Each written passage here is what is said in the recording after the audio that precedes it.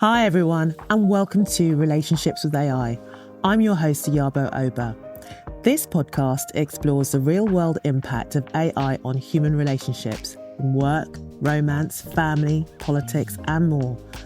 We'll hear from thought leaders and disruptors in AI as they share their insights on how AI is shaping society through the lens of human connection. Let's get into this week's episode. You're listening to WithAI FM. Welcome. How are you doing, Stephanie? I'm good. Thank you so much for having me. Yeah, well, Happy New Year.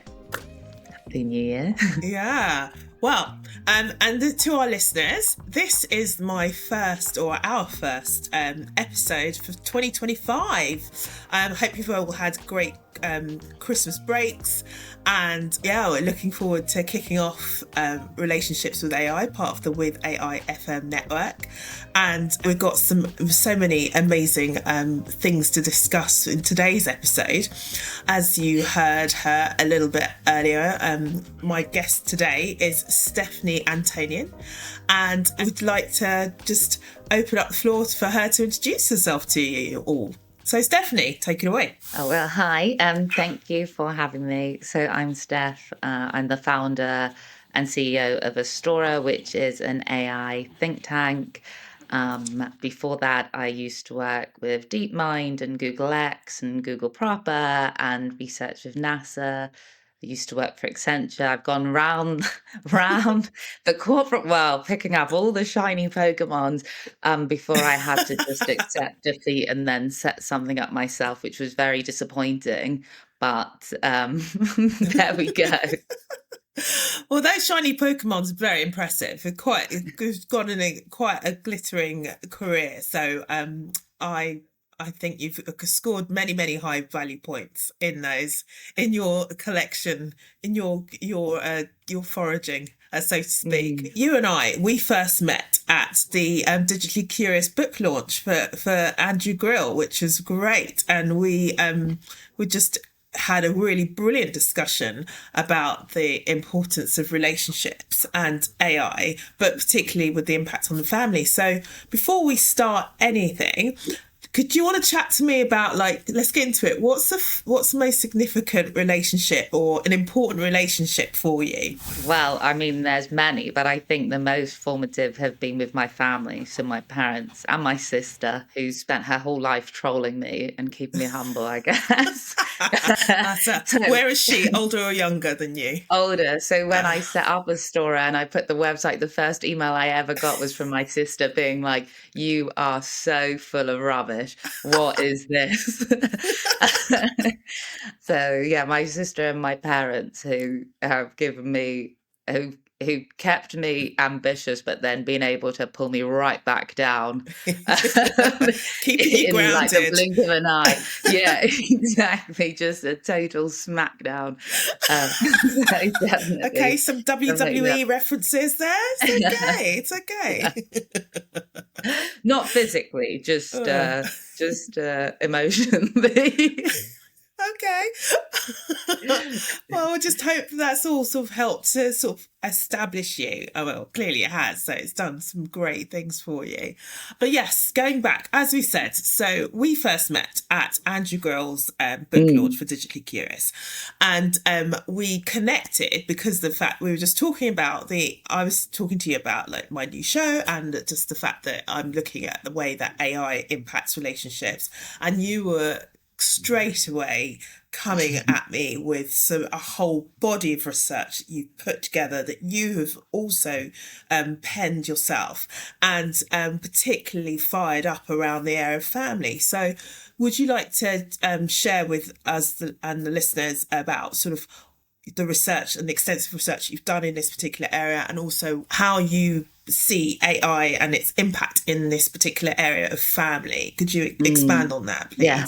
So as I said, I worked in across all these different places, and what I found was that we don't really look at AI and actually humanity and what makes humans thrive, and we don't really look at the issues of forgiveness and compassion, community, relationship, mercy, like all these things that are so vital in a family. Like I can make jokes about, how they can bring me back to earth, but it's like I can still be a community.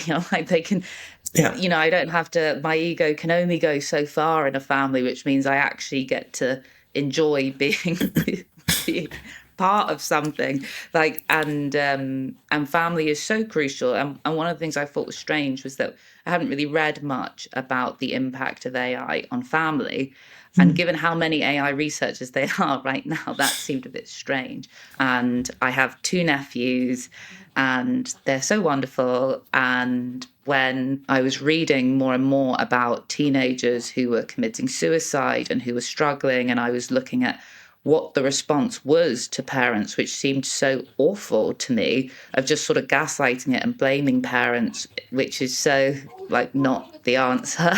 And the question about what AI is actually doing to our ability to protect our families and to be in this communion together was really on my mind. And so I started to write about what I started to research and then write about what the implications of today's AI was on Yeah. family and what we could do about it. And so one of the things that I started to write about was about how in the Industrial Revolution, the family nuclearized.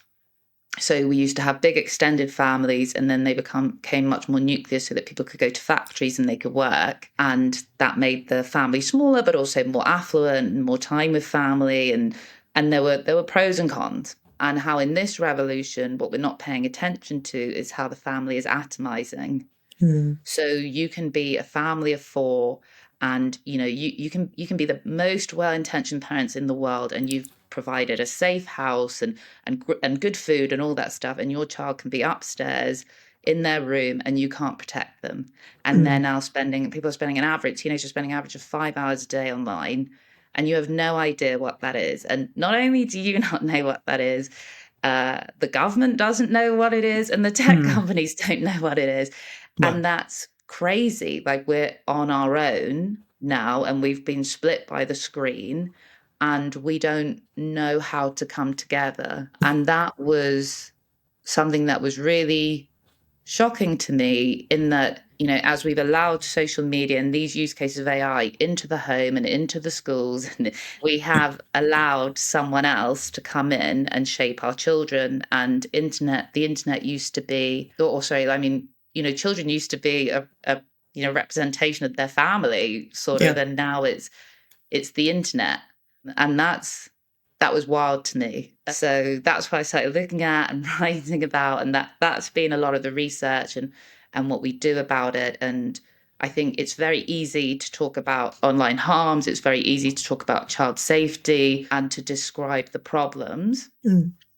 But what I don't see people talking about is why we need big tech to solve it, Right. instead of why they're involved with our kids anyway. like why do it's sort of the public conversation about child safety is about what technology companies and governments should do to protect children, but there is nobody more passionate about their children than the parents. What there hasn't been a lot discussed about is how we've just forgotten that, just given up on that. And then it's like, okay, my children aren't safe online, so I need a Meta, or I need YouTube, like Google, to protect them. But it's like, well, no, Yeah. that's not very good. That's not the best case there. We're sort of setting our children up for disaster on that.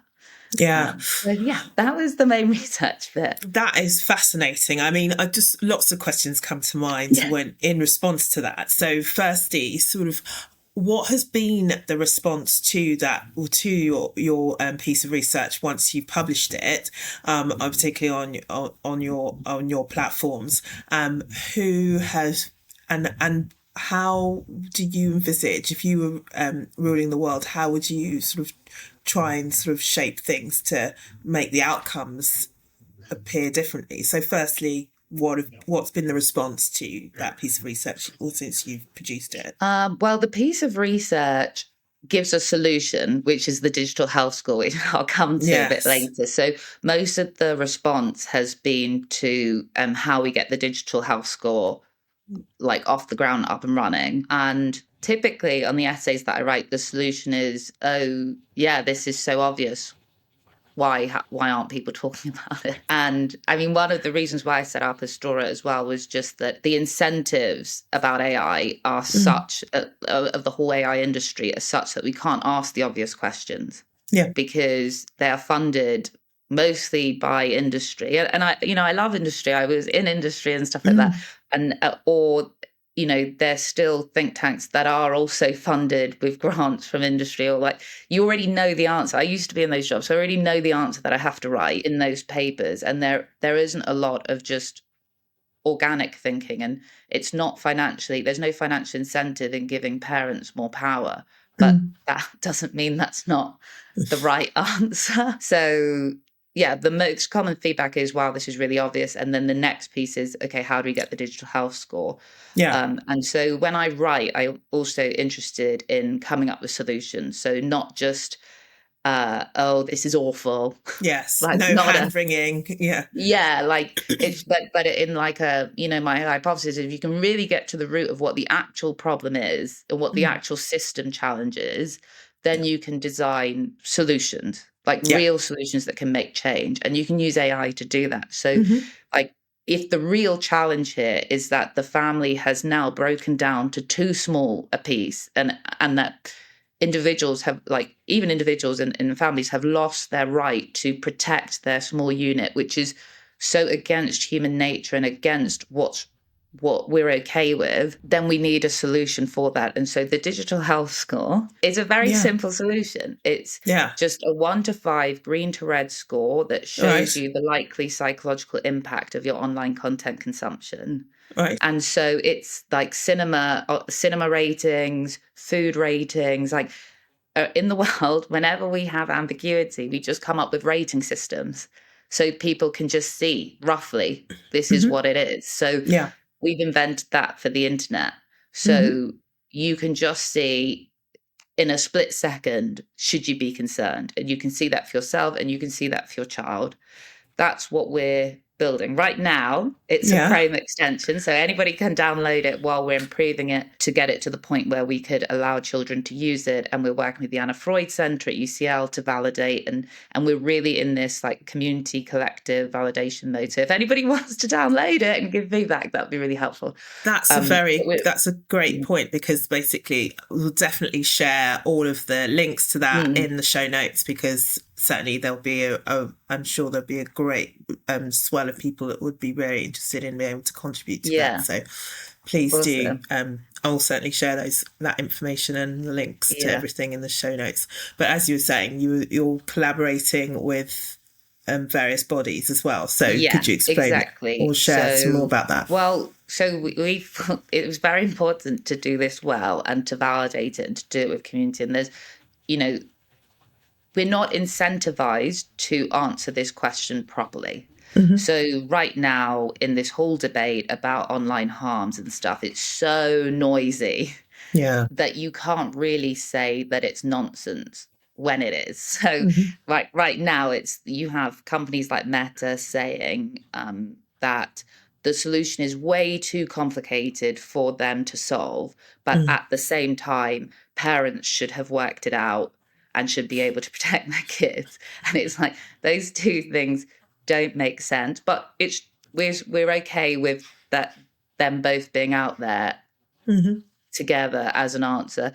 And we're trying to come up with solutions in this like middle bit that doesn't really make sense. And so it's noisy, but we don't have the right financial incentives for the tech to make this work in a meaningful and obvious way. So what we've been doing is working with students at UCL, Imperial, Brighton, Sussex, St Andrews, to get people to firstly create the product and then to test it. Because when it comes to sentiment analysis, we've never really asked the community, what do you think the emotion is on this? What do you think the impact is on this? We've never even considered that. I mean, most sentiment analysis is just about how you use people's emotions to just get them to buy more.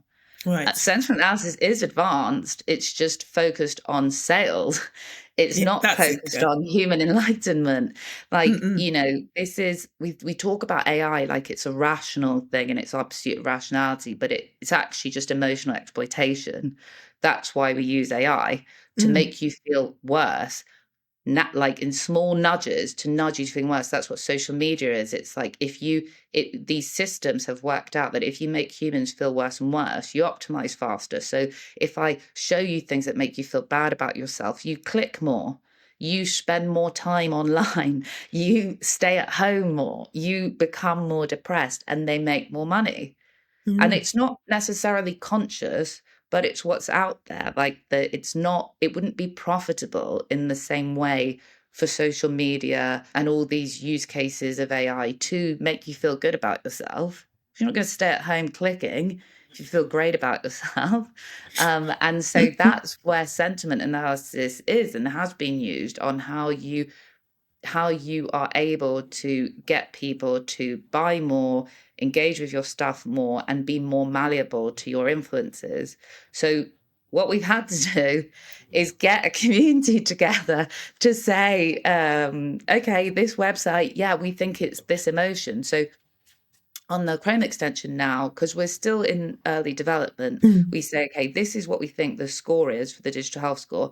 And actually, this is what our AI model thinks that the main emotion of this website is. But do you agree? right. And so you can say no, and then you can tell us what you think the actual emotion is. And that's an industry first to actually just ask people, like the people who are the consumers of the internet, what emotion is it triggering in you, rather than it being something subtle behind the scenes that you're Mm. not allowed to see or not allowed to know, or being determined by a small group of people in the office. Well, that is absolutely fascinating. Again, unpacking the whole sort of psychological processes upon which decisions are made, marketing decisions are made, sales decisions are made about sort of the technology we consume, and how AI is used to help empower that process as well. So it's interesting, and it's been enlightening to hear how you've sort of shone the light on sort of the underbelly, so to speak, of how Mm, the tech companies use these specific tools in the different ways that you've mentioned to help shape and form society into becoming, as it were, you could argue, some form of groupthink with mm, regard to how you respond. And if you have younger minds accessing it, then there's potential for sort of increased levels of malleability and dependence upon it. It's just from the things that you've said. If all of these yeah, factors are in place, it makes for a very sort of heady cocktail of dependence upon yeah, technology. exactly. And that's absolutely why it's being done, because it's not accidental that the family's being atomized. It's that it's more profitable. And Wow. it's just happening so silently that we're not even allowed to discuss it. That you have all these big AI researchers and these think tanks that won't even look at AI and family, because the most unimaginable thing and the most unnatural thing that we can imagine is a society where your children are taken away from you. Mm. I remember when I was young, and this makes me sound very smart, but I don't know why, yeah, but I read Plato's Republic when I was like a teenager, like 18 or something, young in We'll comparison put to that in the now. show Yeah, notes as right. well. Do you like to show Um, the intellectual breadth and caliber of yeah, our guests? uh, yeah, and basically, I was so into it, and I was like, "Yes, Plato, yes," until he starts talking about how you have to take all the kids away and you have to train them by the state so that they're loyal. And I thought, oh, you've gone too far now. You've lost me. Mm, Because the idea of somebody being like, right, we're going to take your children away from you and we're going to train them however we want is so insane. mm. But that's what we've allowed. Like, Wow. that's actually what's happening now. Like, your children are taken away from you. And it's not even to become nationalistic. Like, it's not even because they're going to wave Union Jacks or be like, I'm going to fight for the king or whatever. No one actually knows why. It's whoever's going to pay the most to target them with whatever they want. Like, it's so insane, and it's so inhumane what's happening now, that I wonder if like it just can't, it doesn't even reach our consciousness. It's like so shocking we can't even process it. But basically through technology we have been able to, or organizations have been able to isolate individuals, to make them much more malleable, to get them to do whatever they want, and to break down that safety unit of family. Because for most people, and of course not all, but for most people, family is the ultimate safety unit. Yeah. When I've got a problem, the first person I call is my sister.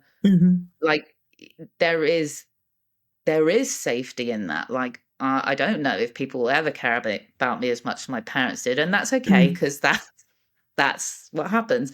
But we're breaking that down, and so you as much as you might love your child, there is not, you can't do that much. There are limitations now to what you can do to protect your child. And that is shocking. That is really shocking. And that's what stood out to me Right. with the teenagers who've committed suicide. That is horrific. And it's also horrific what happened to their parents.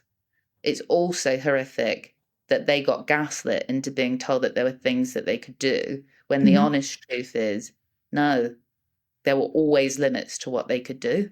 And that's the problem to address now. Not parents, you should be doing this. Like, what's a parent going to do? Spend 5 hours just going through what their child did? But it's not possible. None of these things are possible. But the reality of where we are, which is the total breakdown, is too much to even discuss. Yeah. So just moving the conversation on, how do you use AI in your day-to-day to bring out all of this research? I don't really use it that much. I mean, obviously there's like AI embedded in, Gmail and stuff like that I'm using like subconsciously, and that's great. Occasionally I'll use like an LLM to help write an email that I can't be bothered to write. Or be like, make this more peppy. But otherwise, I don't really use it. Obviously, our tool, Digital Health Score, is used with AI. I mean, it's an AI solution to an AI problem. Yes. Like, yeah, indeed. Could you explain or expand a bit more about how the Digital Health Score uses AI technology and how it helps?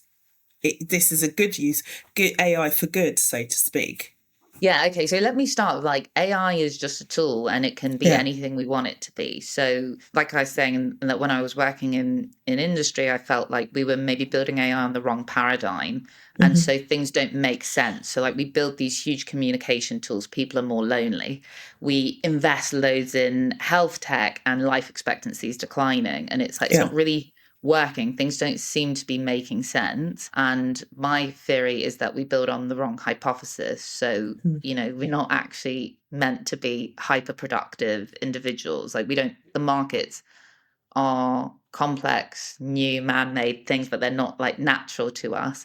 And so if we were looking at how you build AI to help humans thrive, like how do you help humans become more peaceful and more joyous and more loving, that we would come up with different answers. And so that's where on this piece it was like, okay, well, if we take the problem of online harms and child safety, and then say, well, how could we use AI to help people protect themselves and be more loving and have the best of the internet? Because social media can also be good. Like, absolutely. you can learn. It's like free access to education. It's like, it's very informative. It's fun. It's very creative. Like there's lots of great things. So it's like, how do we help people get the best and thrive? And then so that was the idea. And so the way that Digital Health Score works is that we have a model that conducts AI sentiment analysis, and it predicts the emotional load. And then we work with experts to set the benchmark for what the average person can cope with in terms of positivity and negativity, like do a whole load of calculations, and then we give you a daily, weekly, and monthly score. So we could see the same piece of information get totally different scores. Yeah. because what matters is like what's happening in the day, in the week, in the month on your online thing. You can look at suicide once, maybe you're doing a research project or something, but are you looking every day? Yeah. Are you, if I see it, we both see a negative news story, like, do I go on to look at puppies and it's clear that it hasn't impacted me, or am I spiraling or going Yeah. down? Like, am Yeah. I just, it's January, so I'm like, how do I lose the Christmas weight? Or am I, looking at body stuff all the time?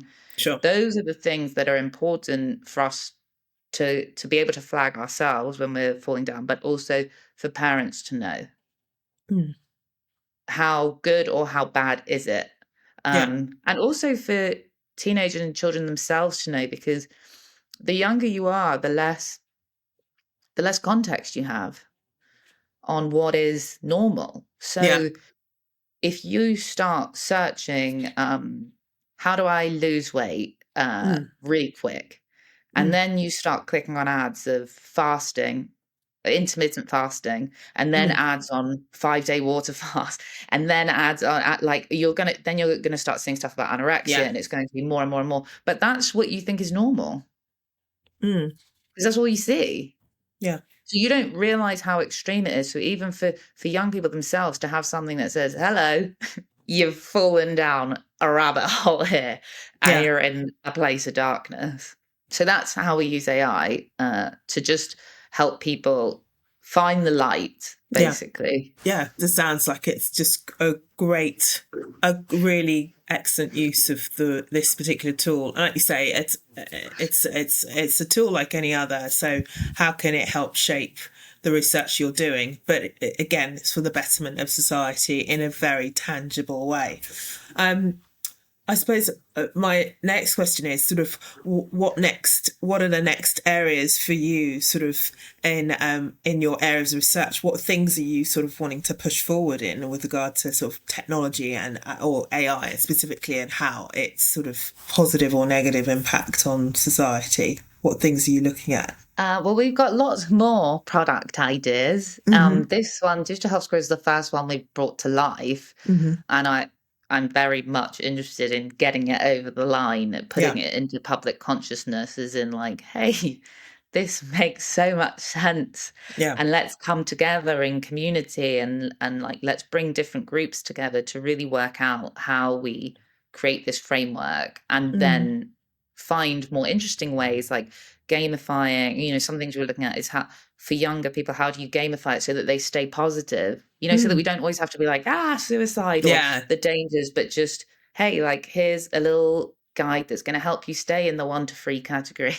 Like, it's going to help you enjoy the best of the internet, enjoy the best of social media, and reduce this fear so that we can be, freer people. Mm. And then there's lots. So there's the products that spin off from an actual framework Yeah. being cemented, and then there's lots of other fields. I mean, there's not a lot of people looking actually about how you use AI for love. Um, Mm. there's a lot of people looking at how you make AI less bad, Yes. but if you just ignore the whole conversation and then just do your own thing of, how can life be better for my nephews, or how could life Mm. be better for anybody's kids, that's still actually an open field. I mean, when I think about my nephews, and I think about the world in 10 years and what I wish for them, I will be Yeah. totally honest. I couldn't care less if there are drones. And I couldn't care less if there's a metaverse. But what I hope for them is that they're happy Yeah. and they're healthy, and they'll be teenagers then. I hope they'll be happy to see me, and Yeah. that they have opportunity and things like that. And I don't really feel like we're really leaning towards that. I feel like it's likely that life will be harder. Mm. There'll be less money. They'll have their head in a game set, and I won't really know what to talk about with them because Mm. I won't have any real view of what they're seeing. So Yeah. those are also those are some more of the things that Mm-mm. inspire me in just, okay, there's all this negative stuff and we know it, but like, how do you, what would it look like to build stuff and use AI to just make children more smiley and more Yeah. free and more playful, and sorry, this is sort of a bit of a ramble, but like I No. spent so much on my career and I was so driven and I was so pushy, and I'm very lucky that I have a family who, after a certain point really didn't care about it at all. Mm, And it was like I'd lost myself trying to be exceptional, but I just really wanted to be part of the family. Like I wanted mm, to get on with my family and to have a community, and that's, the deep mind stuff, the like all the big brand stuff, it's like it didn't get me what I wanted. mm, mm. Didn't lead me to a life with more love and more meaning and more compassion and all that stuff. It sort of took me away from it. So I'm like in the smackdown thing, it's like it sounds aggressive, but it's like it's been very lucky for me to have a family who's like, what are you doing? Yeah. Like, I what's just the asked point? some Like very you're being basic silly. questions. Yeah, like what are you doing? Like, what's the What does point this of this? mean? Like, Yeah. exactly. And then it's like, oh gosh, it doesn't mean anything. And so, but the stuff that means things are relationships and they are communities, Mm, and that was a big turning point in like I'm going the wrong way. right. I'm trying to create all these big things to show you, aren't I smart? Like, didn't everybody love me? And actually I'm just alone. Mm, So it was like, okay, forget it. I don't know anything, man. yeah. Teach me the basics. It's amazing, yeah, that like 90% of the population seems to know what's up, Yeah. but that's why they're not allowed to speak. With that in mind and thinking about the whole concept about relationships and the technology of AI, how, if you were queen or ruler of the world for the day, what things would you implement that would help foster that connection, and how would you use both the power of AI and or not? That was actually quite easy for me in that I would just hack all of the ads to be affirmations. Oh, I would make young people subconsciously, in the same way now they're subconsciously seeing ads and messaging of negativity. I'd just flip that on the other side, right. and give messages of, you know, just subconscious subliminals of I approve Yeah. myself, I'm Yeah. worthy, I'm worth loving, like everybody loves me, my family loves me. Like Snoop Dogg's affirmations for kids, Mm. uh, great song. I would flood the internet with positive messaging. And it would be, and it wouldn't have an issue of it being fake news either, because everybody would be receiving it. Yeah, and also, I mean, I guess that's what's difficult with truth, but I think everybody is lovable. Yeah. Everybody is worthy. So I'm like, those things are true to me, and I think we know how we get the best out of humans. This isn't Hmm. rocket science. It's not complicated. When humans are loved, they thrive. When Yes. our basic needs are met, we thrive. Like when I talk about love, people are like, "Ugh," but it's like in Maslow's hierarchy of needs, like Mm. love is the pivotal point that determines like whether you thrive or not. Like, Yeah. not to mention like religious scriptures and things like that, or just evidence in Mm. sociology. It's like in every single field, we're told love is the critical point, Mm. but we don't want to accept it. So we very much know what it takes to make humans thrive. Mm. It's love, and we know how you help people to learn to love themselves, which is affirmations, care, reaching out, community, but we don't want to do it. Wow. That's certainly taken a sort of a deep philosophical sort of journey. That's been really good. Lots and lots of food for thought in our discussion, and hearing sort of your passion and hearing how all the different things that you've had to say about your interactions with this piece of technology, and then how you've seen it both positively and negatively impact society. What do you see in the next? What do you see in the future? What are future innovations in this space, and that you see now, and then what you would like to see? Okay, that's a great question. I think that the future of the AI industry is going to be AI to fix the problems of AI. I wish it would be more exciting, but AI is actually quite old. I mean, it's Yeah, 75 years old as an exactly. industry. So you don't need to be a futurist to predict what will happen, because it will just be more of the same, which is more disappointment, moving us further away from solving real world issues like hunger and poverty and climate change. Mm. And and so the focus, I think, will just be on building tools that can make AI less damaging. So I recommend to any entrepreneur then it's AI for AI now. Although I'm like, when I say it, I'm like, an AI for an AI, the world goes blind. But like that's, I guess, the path we're on.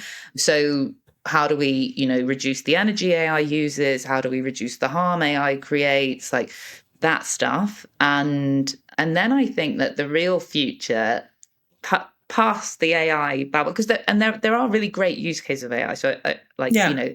In health tech, there's lots of great things that will come up. Like I have no doubt. So this isn't an AI. The whole thing is bad, but I No. think the incentives are a bit strange. But I think the next big wave we'll see is just like real human creativity. So Hmm. I think we're in this like big midst of fear now, and we're all like, AI is going to take over everything. And like as a collective, our whole self-esteem is like really low. Yeah. And we're going down this path of, AI is going to take our jobs, AI is going to take the creativity. And actually, because of the incentives of the industry, even where that's happening, it will just be less creative, less interesting. So like in Mm. film, it's like, okay, yes, like you can use AI to write films, but it's going to be like Fast and Furious 27. Like it's going to be based on what we've seen before. It's not going to be, it's going to stick to what has made money in the past and Yeah. move that way. And that's good for a while, but then it's really boring. Yeah. So I think there's going to be a huge resurgence of creativity. So I think there's just Hmm. like a magic to human creativity, and we're so thirsty for it, and we're so hungry for it. And so the people, like, if you can keep the faith and keep your self-esteem high enough to be creative, Hmm. then I think that's where the next big industry is going to be. But I'm like, private equity, it's bought it all now. No more Right. coffee shops. No more, no more coffee shops to buy. Like, Yeah. sorry, no more restaurants really. Like it's all buying and eating itself. Yeah. And we could get bogged down in the fear of that, or just recognize there's a really big opportunity. And in 5 to 10 years, it's going to be looking for the what's next, what's new, like Hmm. who has come up with ideas and been, nurturing these ideas that are exciting, that are novel, that are outside the system. And that really could be anything, but it will be predominantly human creativity. So going back to source, as it were, is a Going back to general. source, yeah. There's a magic to humans. Like there's a magic to being alive. Like life is incredible. It's not a burden. It's not awful to write. It's not Mm. awful to create art. It's wonderful. And when you see things, there's like an energy, there's an intangible that's what moves you. It's like Mm. it's not just because art is pretty or what have you. But the problem is humans can only create when they have high enough self-esteem. So that's why I'm like, no, everybody, humanity is Or great. but also, I think humans often create as well out of real dire situations. So Yeah, that's true is actually. there extremity of something that has caused an innovation to happen or caused some form of forced by, you've heard that phrase, forged by fire. So like, Mm. you've experienced some situation that's so adverse that you have to come out rising for like a phoenix from the ashes and just and create something just so beautiful and just so distinctly different because of this environment that you've been in. It's sort of, there is a thing of creativity is going to happen because the human Yeah, spirit means that it's yeah, always there pushing forward and yeah. making that happen.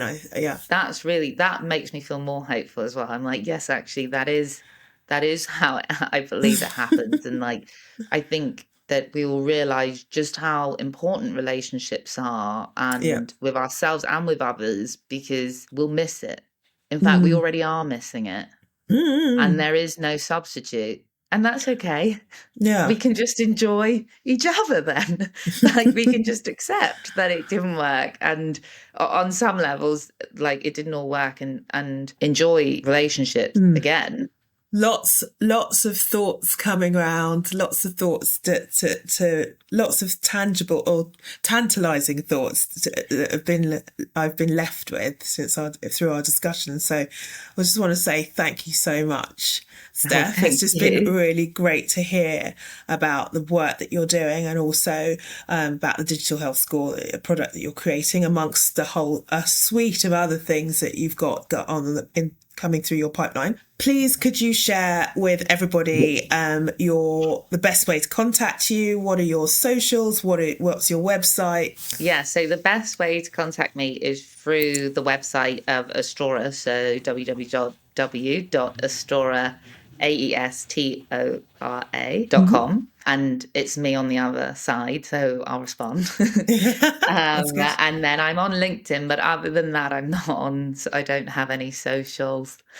I just realised life is very freeing without them. Not so good for spreading a message, but yeah, that's what it is. And then if you want to know more about Digital Health Score, you can download it on the Chrome site by just searching Digital Health Score, and you can see our spin out website on digitalhealthscore.io. Well, that's so great having you on. Thank you so much for sharing your thoughts and your views, and also just about your use of AI in this particular space, and also the challenge that you've given us all on sort of how it impacts relationships. But thank you again so much for your time, and look forward to speaking again. Anyway, take care. Bye. Right. Bye. Thank you for listening to this week's episode of Relationships with AI. If you haven't already and you like what you heard, click on the subscribe button and leave a review. Let me know how the discussion made you think and feel. Share this podcast with others and let people know that this is valuable content. You can find the show on Apple, Spotify, YouTube, and all places that you get your podcasts. You can follow on socials too. Find our page on LinkedIn on Relationships with AI, and on IG on WithAI FM. Until the next time.